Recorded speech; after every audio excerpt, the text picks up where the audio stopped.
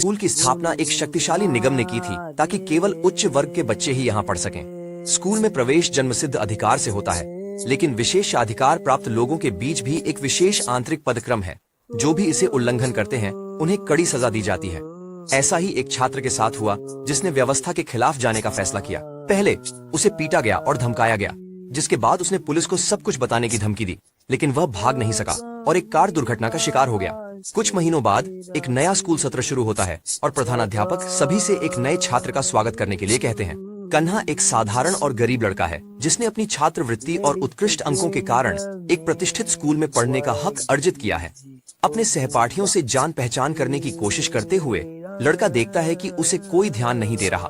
School का मुख्य व्यक्ति संस्थान के संस्थापक का पोता रयान है। वह वही है जो छात्रों को चुप रहने, बोलने या तालियां बजाने के लिए कहता है, और उनमें से कोई भी अपनी जगह से नहीं उठता जब तक कि वह पहले ऐसा नहीं करता। आरा उस मजेदार और प्यारे नए लड़के पर ध्यान देती है और उसके साथ फोन नंबर का आदान प्रदान करने की पेशकश करती है। अपने नए स्कूल में समाने की कोशिश करते हुए कन्हा अपनी कक्षा और डेस्क पर जगह ढूंढता है, लेकिन उसे एक अजनबी की तरह निकाल दिया जाता है। वह गरीब है और दूसरे लोग उसे देखना या सुनना नहीं चाहते, इसलिए वे उसे खुलेआम अनदेखा करते हैं। वहीं दूसरी ओर अभिजात वर्ग के हाई स्कूल के छात्र एक अलग कमरे में आराम कर रहे हैं और एक दोस्त के बारे में चर्चा कर रहे हैं जो 3 महीने पहले अमेरिका चली गई थी।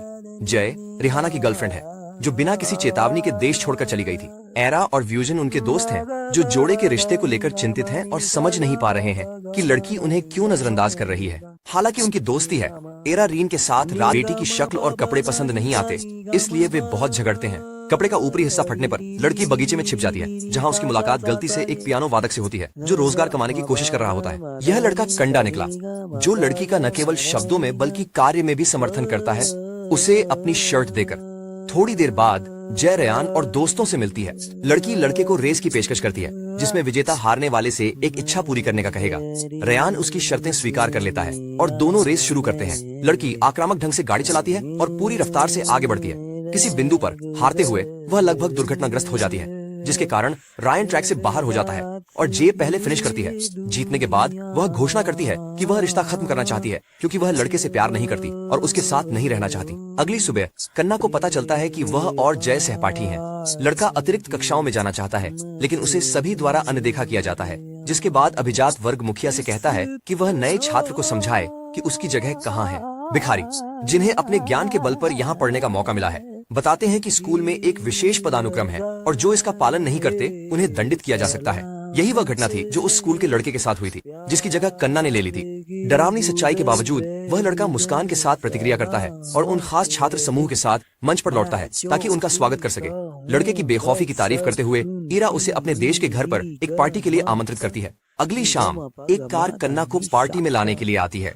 स्कूल के बच्चे नए छात्र को स्पष्ट उपहास के साथ देखते हैं। उन्हें लगता है कि वह यहाँ का हिस्सा नहीं है। लड़के को देखकर एरिया सुझाव देती है कि कुछ अल्कोहल के शॉट्स के साथ रूसी रूलेट खेला जाए, क्योंकि उनमें से एक में एक सरप्राइज है, जिस उम्मीद में कि वे एक बार और बात कर सकें और रिश्ते को फिर से सही कर सकें। इस बीच कान्हा, एराट और बाकी लोग सच्चाई या चुनौती का खेल खेल रहे होते हैं। जब कान्हा की बारी आती है तो उससे पूछा जाता है कि क्या कोई लड़की है जिसके साथ वह रात बिताना चाहता है। लड़का कार्रवाई को प्राथमिकता देता है, लेकिन उसे पार्टी में मौजूद किसी लड़की को जोश से चूमने का प्रस्ताव मिलता है। हर कोई खुलकर इशारा करता है कि यह व्यक्ति एरात होनी चाहिए, लेकिन कान्हा अनजान दिशा में चला जाता है। एक बिंदु पर यह स्पष्ट हो जाता है कि मृत छात्र उसका अपना भाई है, जिसका अंतिम संस्कार उसने बड़ी मुश्किल से सहा था। कन्हा अपने भाई का बदला लेने और सभी दोषियों को सजा देने के लिए कुछ भी करने को तैयार है, मानते हुए कि रियान ने उसके भाई की जान ली है। लड़की भी बदले में जवाब देती है। अगली सुबह रियान कल की घटना को याद करता है और कैसे उसने कन्हा को थप्पड़ मारा था।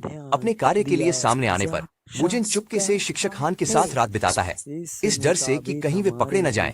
यह जोड़ी गुप्त रूप से एक किराए के अपार्टमेंट में मिलती है और अलग अलग रास्तों से निकल जाती है। महीनों बाद रियान